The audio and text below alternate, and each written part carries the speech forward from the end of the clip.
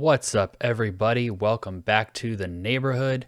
My name is Andrew Kimball, and in this video, we're going to be talking about Moonscars.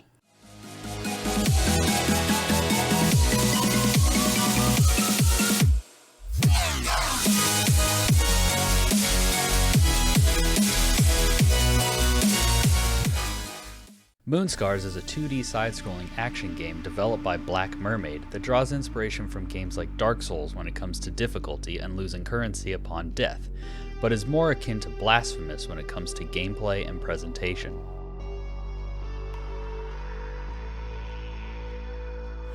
You play as Grey Irma, a warrior made from clay and bone who is trying to track down her maker, a being known as the Sculptor. To find the Sculptor, Irma has to fight her way through a dark world that is inhabited by other creatures that are also made out of clay. Most of these other creatures are not friendly and will attack Irma on sight. There are a few friendly NPC characters who will offer lore or small amounts of help on your journey. None of these characters particularly stood out to me in any significant way, but they did fit the world and overall feel of the game. Irma's goal is clear and easy to follow. The rest of the story, lore, and world building, however, are quite convoluted and difficult to follow. This isn't uncommon for these kinds of games, but I found myself glossing over dialogue and losing interest in the greater plot as the game went on. The art style and visuals in Moonscars are the highlight as they look amazing. The black and white pixel art with highlights of red is striking, and it does a great job of creating a unique and memorable world to explore.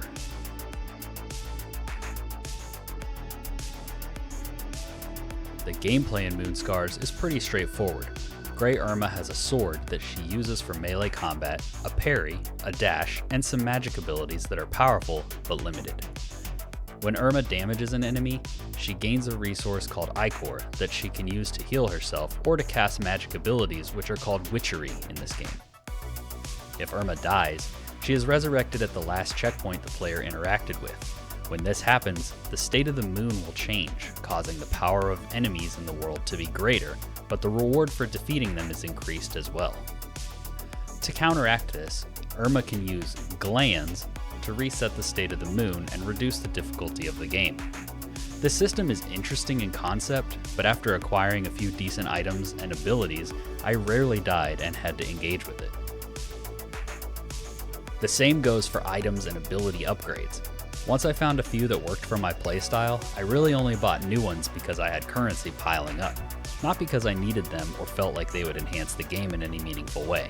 The gameplay experience is at its best when you are fighting your way through enemies and successfully parrying, dodging, and using your abilities to crush your opponents. In the later parts of the game, there is a heavier emphasis on platforming and traversal puzzles, and these parts of the game are by far the weakest in terms of gameplay and aren't very fun at all.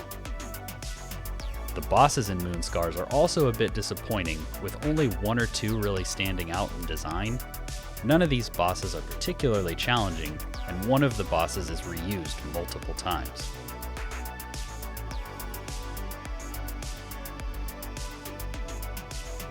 Moonscars gets a C on the FN Gamers review scale. The art style is incredible and the combat is fun enough, but bad platforming, mediocre bosses, and not needing to engage with most of the systems the game has to offer hold this game back from being something truly special.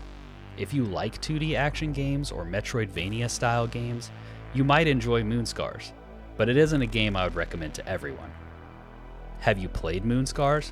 What did you think of it? Let us know in the comments.